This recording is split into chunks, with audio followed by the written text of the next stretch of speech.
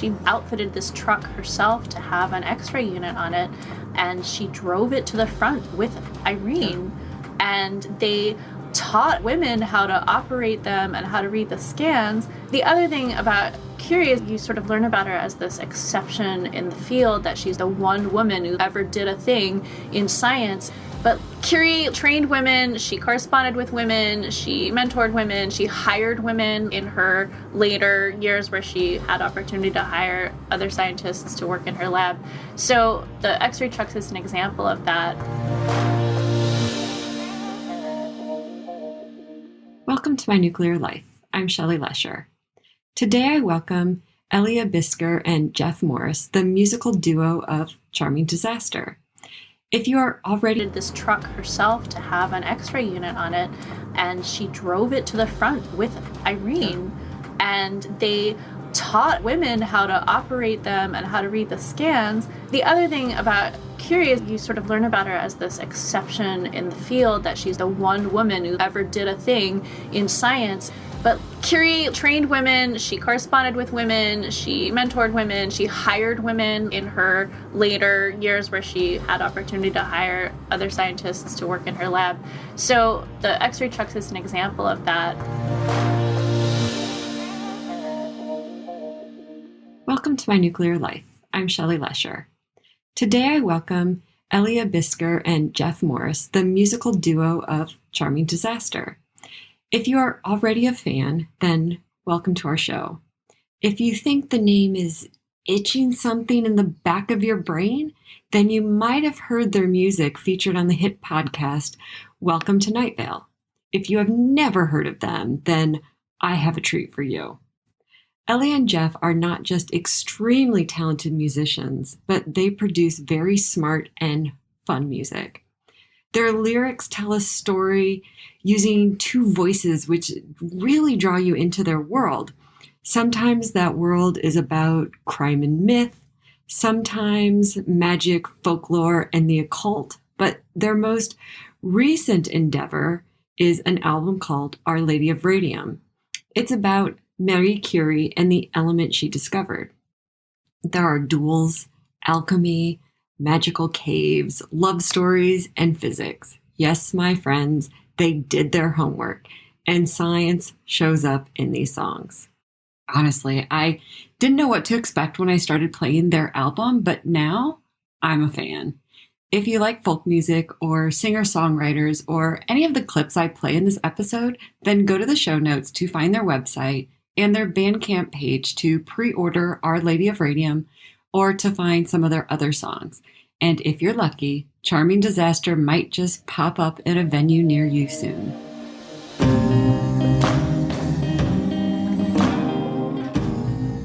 So why don't you give me a little bit of background about how you met and started making music together? Back in 2012, I had a large band called Sweet Soubrette, which was an 8-piece with strings and horns that I was the sole songwriter and band leader of. And I had a large band with strings and horns and other people, and that I was the main band leader and songwriter for and singer in. And I was playing at a bar. And it was my neighborhood bar, and I was there at Radium, and I caught Jeff's set, or Codarino is Jeff's band. Codarino's set. And it was like a bolt from the blue kind of feeling. Like I just resonated with, the songwriting really resonated for me, and I struck up a conversation with Jeff. Now, if you're a musician, you're always looking for people to play with or, share a bill with or do some kind of thing with. So we got to talking about doing some kind of big show. But the thing about having a large band is that it's basically impossible to wrangle everybody at the same time. And so wrangling two large bands was like even more impossible. Yeah, especially in New York City, where every band member had their own band. Yeah, it's like a super group. Yeah. I don't know, we got to talking, and we'd had like a beer, and I was feeling sort of expansive, and I was like, oh, we should try writing songs together. Yeah, and I'd never written a song with anybody else. I had never suggested to anybody that we should do such a thing. I was like, well, maybe we can play a show together. I was all excited about that, and then Elia was like, oh, we should write we should write songs together. And then I was like, if we had a 2-person project, we could rehearse as much as we wanted. This was a period of time where, like, just scheduling rehearsals would bring me to tears on a regular basis just because, you know. Yeah, 8 people would be horrific. It's a lot. And so, but the thing was that, like, neither one of us needed a new project to, like, express ourselves, like, our feelings. We had something to do that with, but we wanted to work together, and so we wanted to create a series of parameters or limitations to define what it was that we were going to do together that was different from what we did with our existing projects. Yeah, and we quickly decided that we wanted to tell stories, and we wanted to have 2 perspectives, both musically and lyrically and narratively. Yeah.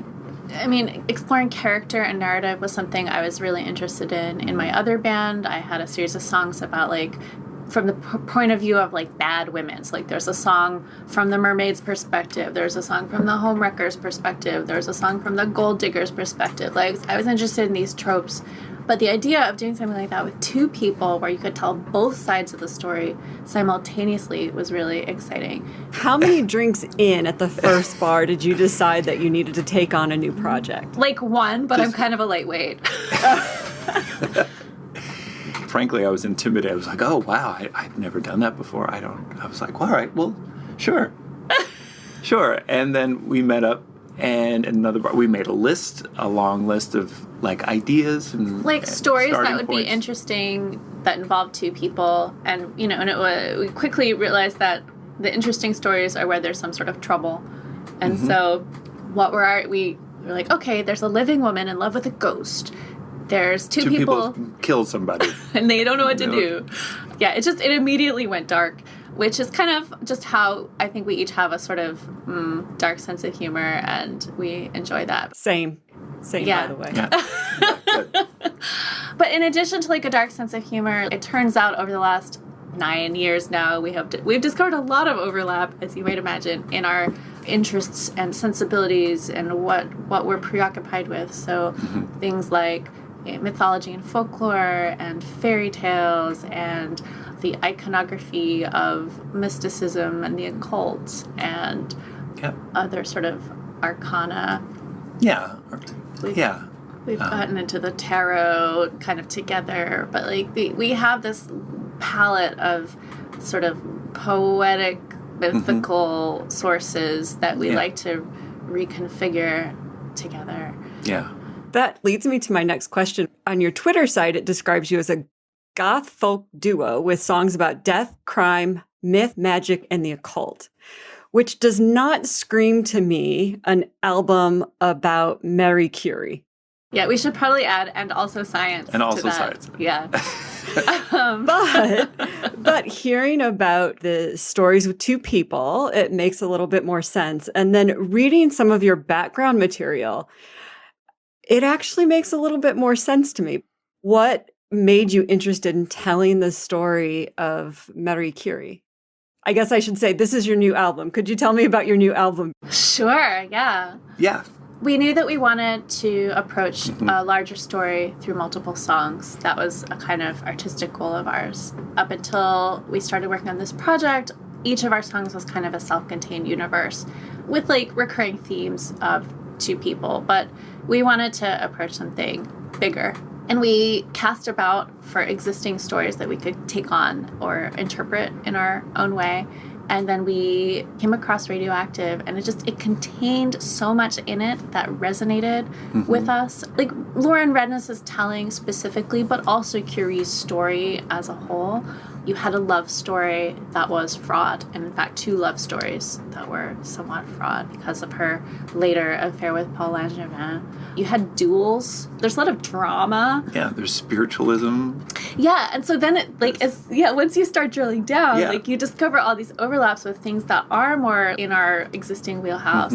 Around the turn of the century, when the Curies were winning Nobel Prizes, the popular culture was very interested in spiritualism, in these spirit mediums who purported to be able to speak with the dead, and there was so much other exciting scientific stuff happening that intellectuals and thinkers and scientists were like, maybe there's something to this, we should explore it. And so you had people like Arthur Conan Doyle and Houdini sparring over whether you could actually speak with the dead. You had photographers trying to take pictures of what was happening in seances.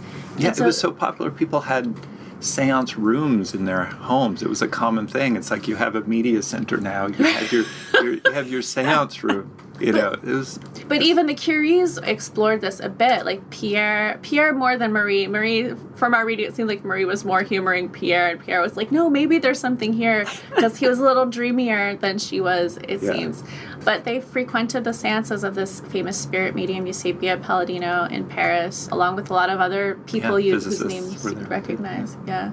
Which is kind of crazy to me as a physicist to now go to a seance and take it seriously. But this was something that physicists did. Yeah, this phenomena was so new at the time. Like no one had ever... They were like, maybe it's some sort of ray or particle or something. Like, we don't know. We just discovered all this other stuff that nobody knew about a few years ago that seemed impossible. And the other thing is that there's a lot of overlap with alchemy. And, I mean, we talked about sort of occult interests. The idea that you could change one substance into another substance had been debunked by the time the Curies came about. Alchemy was out of vogue, but the science of nuclear physics, of radioactivity and radioactive decay, there's a quote, who was it? Was it Rutherford? Rutherford, yeah. Rutherford was like, don't call it transmutation, they'll have us burned as alchemists. So there was a lot about this new science that seemed very magical, and so you get these like sort of almost metaphorical rhymes with imagery and with ideas of another era. So there are a lot of things that your existing fans will be able to identify. Sure. You know, pseudoscience is a gateway drug for real science. That'd be great. Yeah, I can see Hopefully. that. Yeah, we consider ourselves like supernatural historians. Supernatural historians. I like that. Well, I was a little surprised to see this album out of a goth folk duo with songs about myth and magic, but going through the songs and going through the notes, there's real science in your songs. You did your homework. Thank you.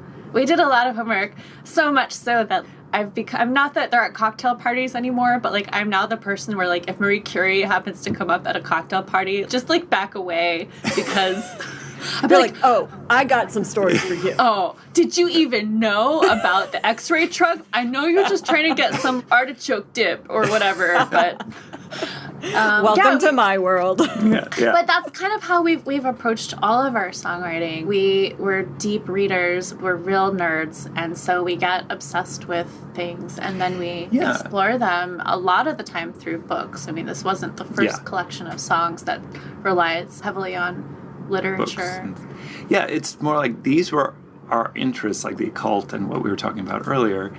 And the moniker goth folk is just like added after the fact. It's not we were like two gothy people. Right, we weren't around. like, oh, let's have a goth folk band. Yeah, it's like it's more shorthand, so you could like quickly describe folklore, mythology, the occult, and those things. But now we have to come up with some kind of goth science folk. Yeah, goth science folk. Yeah. I think what we're going to do is just dispel that you shouldn't just judge music by something that says like goth folk, because like I said, your songs are beautiful. When I listened to your album, and of course I went from the beginning, and I went through such an emotional journey.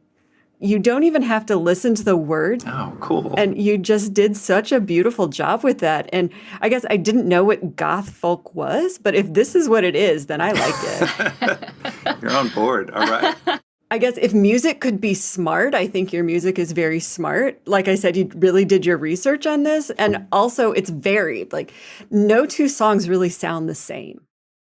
You're not the Def Leppard of goth rock. Although if we were, we would definitely put that quote on everything. Yeah, I think so. Def Leppard or Goth Rock? Yeah, I mean, now you've said it, so we could actually quote that. How did you write this album? Was it different than the way that you write other albums? Are there songs that are attributed to one of you and not the other? Or do you collaboratively write them? Great question. As a collaborative duo, all of our songwriting is done together. Although there's a range of ways that happens. And this album was kind of a new frontier for us. Right. We were awarded a artistic residency in northern Michigan in the winter, where we had 2 weeks in a cabin to work on this project. Yeah, and we were like, this is either going to be like The Shining or we're going to get a lot of work done. There's a little bit of both. Okay. I was going to ask, well, you're both sitting there, so I'm guessing it was more work done. Yeah. Yeah. Typically, there's a few ways a songwriting process goes for us. Either we have an idea, we're like, oh, let's write a song about Baba Yaga, or let's write a steampunk song, or let's write a song about poisonous plants. Those are all real songs we've written, by the way. Sometimes one of us will begin it and hand it off to the other, and we'll kind of go back and forth in a sort of epistolary style until we have a whole song. That's how we wrote most of our early songs on our first album. But as we've evolved together as songwriters and as a collaboration, more often than not, we get into the guts of the song together closer to the beginning. Sometimes it's like, let's write a song about X, and sometimes it's like, oh, I just have an idea, let's see kind of where it goes.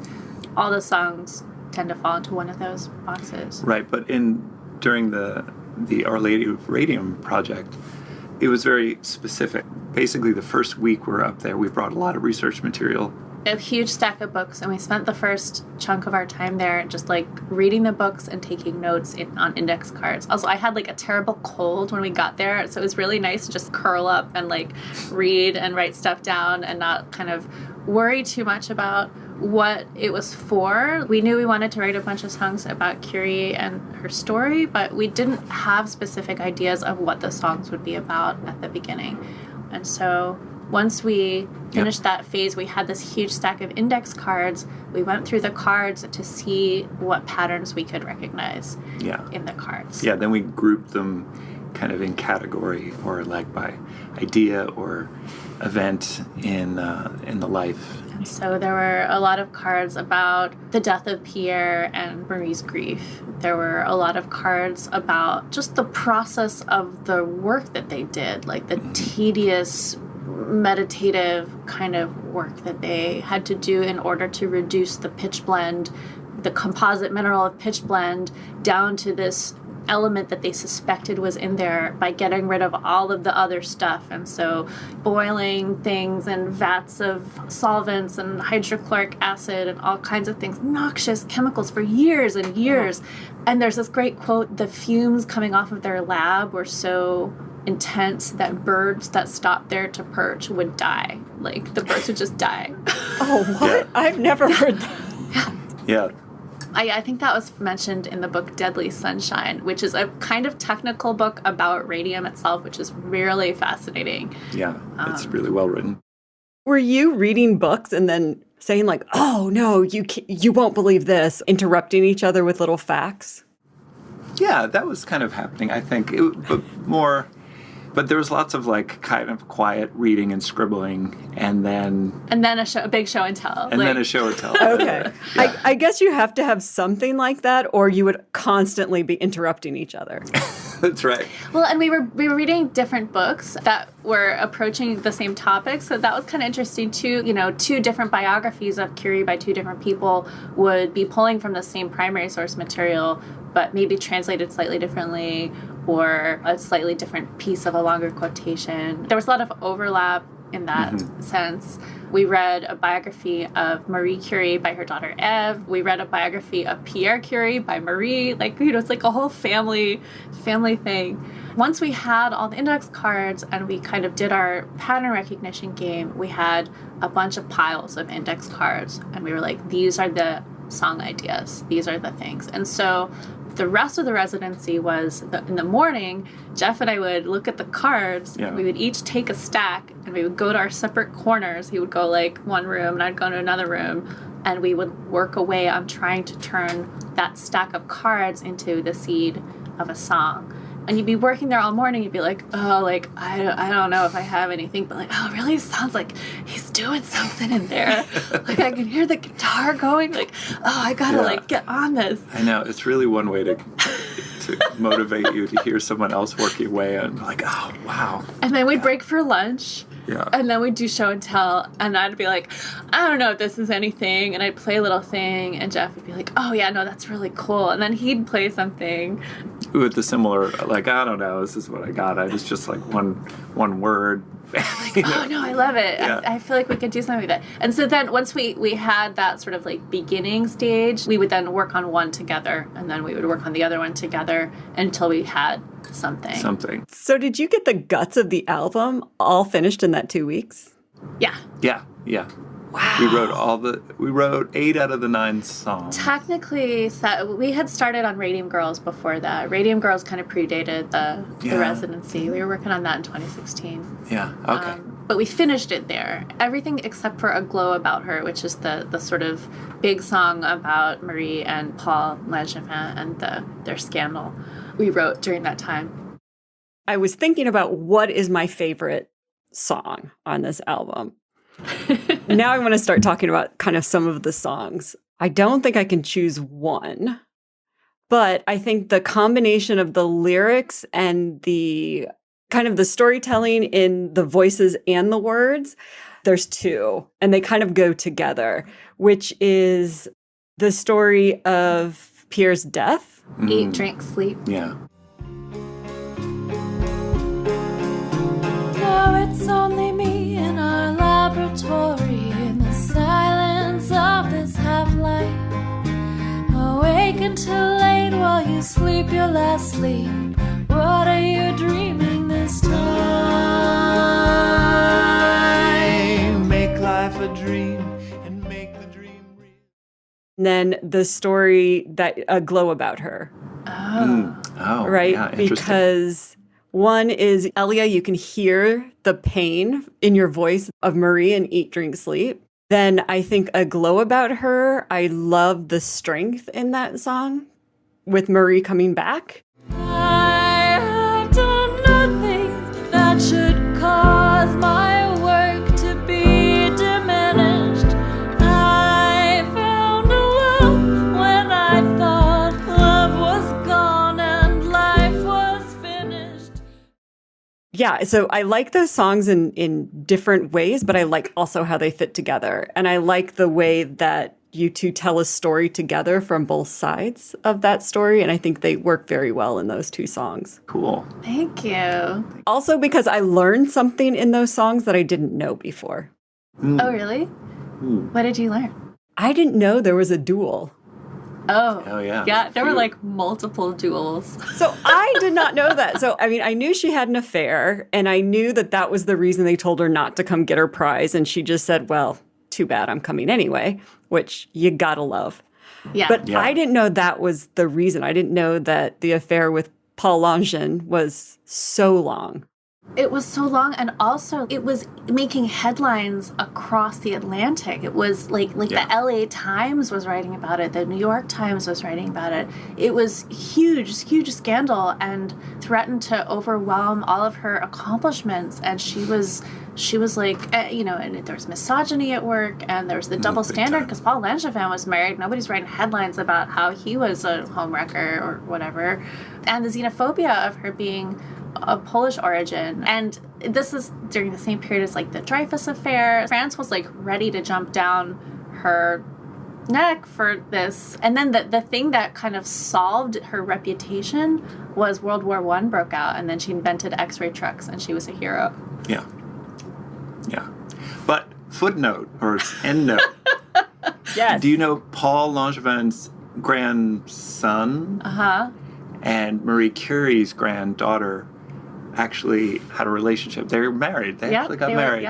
And they worked, and did they worked Yeah, on the and team? and they extended her physics legacy. They did continue the work, and although Paul and Marie's relationship did not survive the scandal 2 generations later, it was sort of redeemed. Brought back. Yeah. Yeah. I kind of love that. Yeah. Yeah. I'm actually surprised that she was able to win the Nobel Prize a second time with that kind of scandal going on. Well, the prize was awarded first, and then the scandal. Okay, then the that scandal. makes sense. Yeah. Yeah. That makes way more sense. Yeah, they couldn't take it back at that point. They can just uninvite her from the ceremony. Yeah, politely ask her to not show up. Yeah. Well, apparently the King of Sweden was having some big scandal having at a the big time affair as at well. the time. Yeah. Well, but he's a man. assistant. It's okay. Yeah. Right. Right? Well, with Right. another man, it was a bigger deal, and he was. Oh. Yeah. Yeah. There's Okay, I can see that being At the time. a it was big scandal at deal. the time. Yeah. But back to your point, like her defiance and her strength in that moment, like that would have destroyed a less strong person, I think. Yeah. I mean, the humiliation of it, and to have her work questioned, that was her core motivating factor. I mean, she was capable of passion and love and wanted that for herself, but like her driving force was her work, and to have the work undermined by her personal life was intolerable. And that's what's really neat about this album and these songs is that it really does explore a different side of Marie Curie. What were some of the stories that you came across that didn't make it into the songs? Well, the X-ray trucks The is a X-ray trucks. very cool thing that we never. Yeah, that we was never her wrote and that. her daughter, Irene. Yeah, I read. Yeah, she and Irene drove those trucks to the front together. So X-ray diagnostics was a new technology at the time, which meant that where it was available were fancy hospitals, meaning not at the front where soldiers were actually being shot at with bullets during World War I. And so these soldiers didn't have access to this technology, which meant if you got shot with a bullet, your best chance was a surgeon would like dig around in the wound, hoping to find the bullet, and probably would have to amputate. And Marie thought this was just unacceptable. She was pretty mechanically minded. There are all these primary source documents relating to her and Pierre's household expenses, and they had bicycles. Like they rode bicycles for their honeymoon. Bikes were like kind of a new thing then. It was like early 20th century. They rode bikes, they repaired bikes. In the household expense books, like there's always like bike repair equipment. And Marie knew how to do Fix stuff things. with her hands and fix things and do mechanical stuff. And so she outfitted this truck herself to have an X-ray unit on it, and she drove it to the front with Irene. And they taught a bunch of women how to operate them and how to read the scans. The other thing about Curie is like you sort of learn about her as this exception in the field, that she's like the one woman who ever did a thing in science in that part of the century. She had women colleagues who she corresponded with, like Hertha Ayrton, who is a mathematician in England. And there's a wonderful quote by Hertha Ayrton that we snuck into one of the songs, which is that the laboratory is a refuge against evil, which just is so beautiful. Yeah. Okay, something new to be on my tombstone. I like that one. Right? And laboratory can mean like whatever you want. Like, anyway, I have a laboratory. Yeah, I mean, you have You a technically probably do. have a laboratory. Though we have like a sort of air quotes. Like this is our I laboratory. was going to say, you have a laboratory. Yeah, it's like a Yeah. laboratory. Anyway, Curie, she trained women, she corresponded with women, she mentored women, she hired women in her later years where she had opportunity to hire other scientists to work in her lab. So the X-ray trucks is an example of that. I mean, partly it was like that's who was available to do the work. I understand that she was pretty deliberate about that as well. And so there was like a whole class of women who knew how to drive these trucks and knew how to operate the X-ray machines and knew how to read the scans, and tons and tons of soldiers' lives were saved because they could actually see where the bullet was and just take it out rather than just mess Digging about around. and dig around. Yeah. And that's just like an aside, but we did not manage to get that into a song, but we like to talk about it at parties. Yeah, I mean, that's a good thing to talk about at parties. The great thing about that is she had already won 2 Nobel Prizes when she was out in the X-ray trucks. Yeah, and she was just driving to the front from Paris. It was like, oh, let's just drive. Yeah, well, also she was super trying brave. to get money to, like, make more of these trucks. She actually offered to melt down one of her Nobel Prize medals for the gold to do it, and it shamed the French minister of whatever department that was into, like, actually funding the project. Right. Forgot about that. Oh, wow. You asked about stuff that didn't make it into the book. We did some reading about Chernobyl and about, like, the wildlife that has sprung up in the wake of the Chernobyl disaster. And, like, I got very into how did it happen, and that it was this one particular kind of reactor, and, like, this sort of series of events happened. And then, like, the post-disaster stuff in the exclusion zone, that there are these, I mean, I'm sure you know all about this, but, like, I think it's really interesting the way that it intersects with the biology that you, or with, like, the plant life, that you have, like, radiotropism, and so you're like, these pine trees must be planted over where they threw out a bunch of nuclear waste, because this tree usually grows up for 50 feet and then has branches, and it's this little scrubby thing, and so that's how we know where the stuff is that they buried. Like, it's fascinating. That was part of what was interesting about reading about that too. What is fallout? And it's actually stuff. It's not just like a field. It's not like a field in there. I mean, it maybe is a field, but it's a field because of the stuff, not because it's physical stuff. Yeah. You can't see it, but it's physical stuff. And then all the remediation. I mean, the Deadly Sunshine, which was the book just about radium specifically, which is really good. Yeah, you'd like that book if you haven't read it. Yeah, I'm going to have to. It kept on talking about how there's just no way to throw anything in. There's no way, and talking about all the radium products and how they've dealt with burying them in concrete, but then the concrete ends up getting used to make playgrounds. Like, it's just, like, horrible.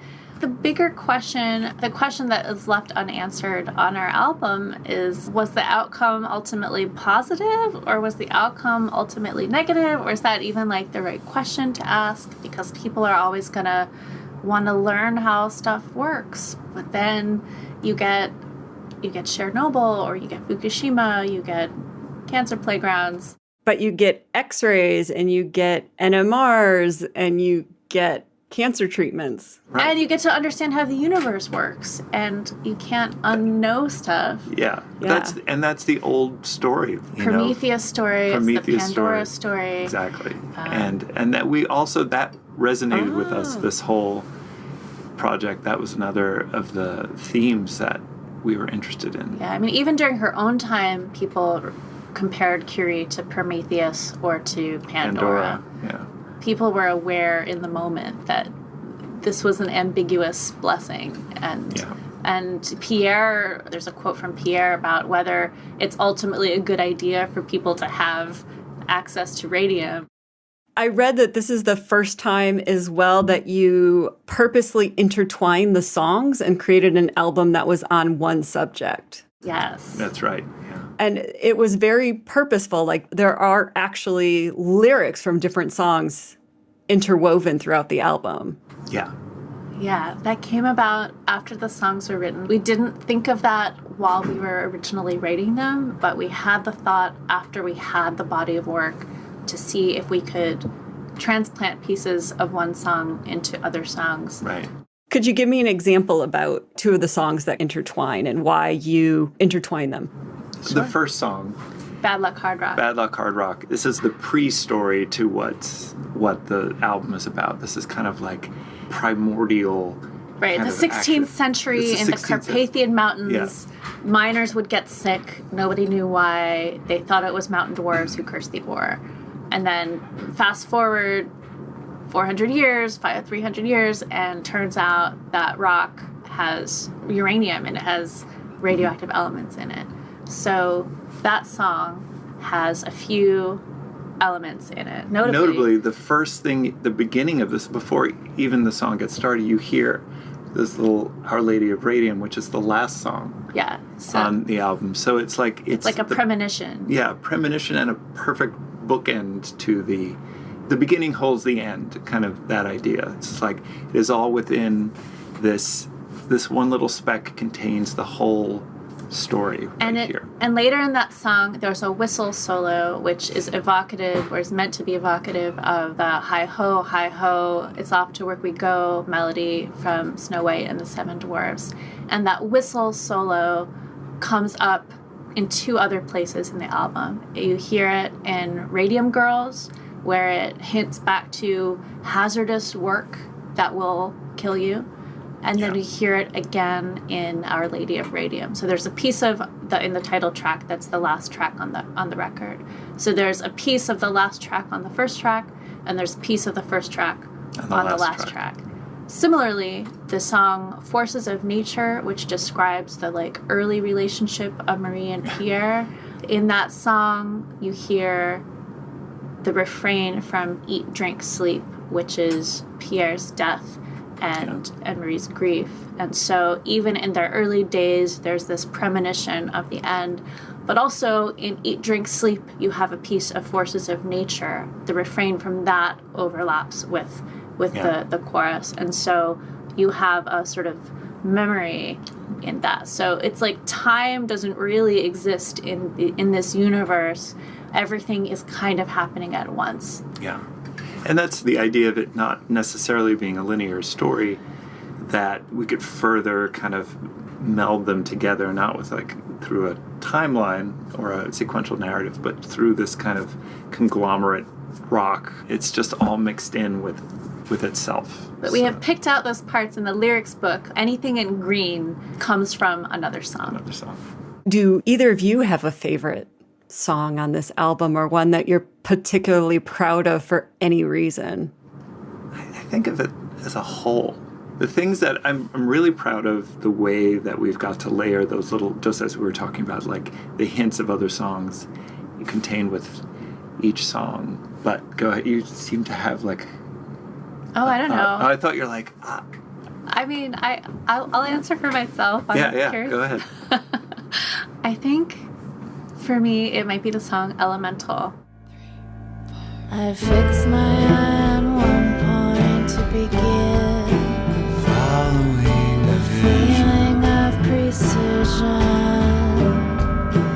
leads me I can hear my own heart beating.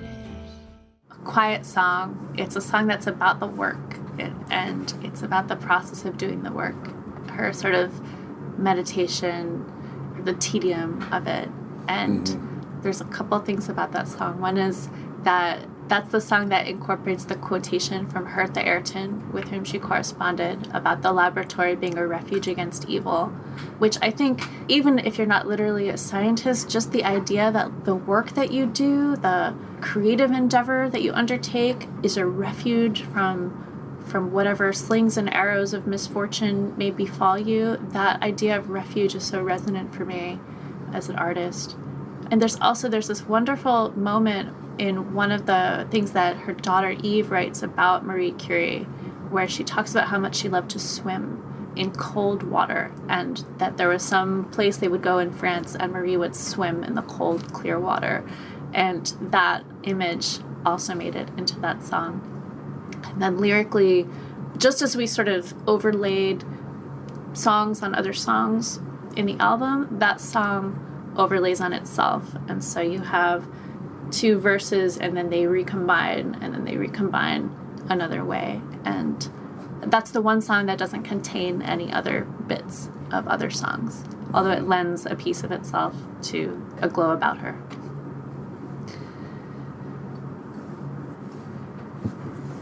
Good answer.